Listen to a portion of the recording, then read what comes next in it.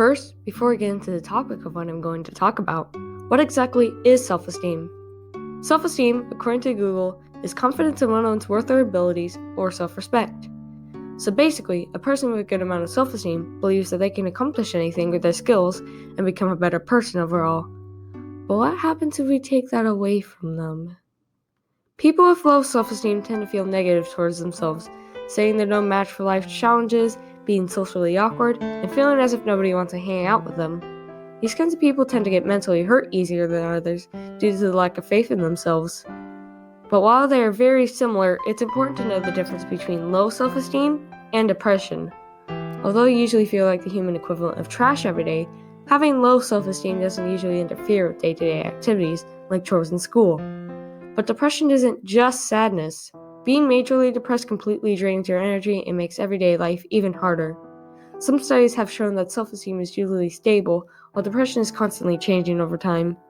In fact, being negative to yourself alone has some pretty nasty effects on the body when bad thoughts are often circling around in your head. A study has shown that stress and negativity for a long time can cause damage to the immune system, making you more vulnerable to diseases. But what can we do to stop the bad talk in our brain? According to various sources, it's actually really simple. Quit listening to the voice in your head and try being more positive about yourself. You can recognize when you start having these kinds of bad thoughts and then not accept its poor criticism. You can think of it as a person insulting you. You can easily tell them to stop talking or ignore them, so try taking this approach and responding to the voice in your head. Another way is that you can overcome this by writing a negative thought on a piece of paper, then making a positive counterpart of that, like this. You could do, "You're stupid," to, "I may struggle sometimes, but I'm smart in many different ways." "Nobody likes you," to, "Although I can't make everyone happy, I know that there are still people who accept me for who I am." "Why can't you be like other people?" to, "I may be different from other people, but that's okay." Now you need to start accepting yourself for your mistakes and differences. Self-compassion is like treating yourself like a friend. A good friend would never make fun of you for who you are.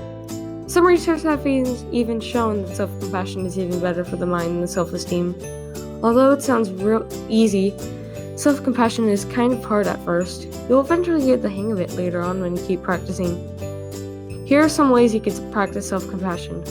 Number 1, acknowledge and notice your suffering. Number 2, be kind and caring in response to suffering. And 3, know that we're all human and we make mistakes. Also, don't compare yourself to other people. There's always someone who's better at something than you are, but that's okay. Stopping this habit and thinking about who you want to be is a good way to start. Then setting up your goals to become that person is even better. You can also try making other people happy to boost your own confidence. For example, I challenge myself to hold a door for at least someone every day whenever I'm going somewhere. Perform some random acts of kindness. You can even help homeless people and donate money to the hospital.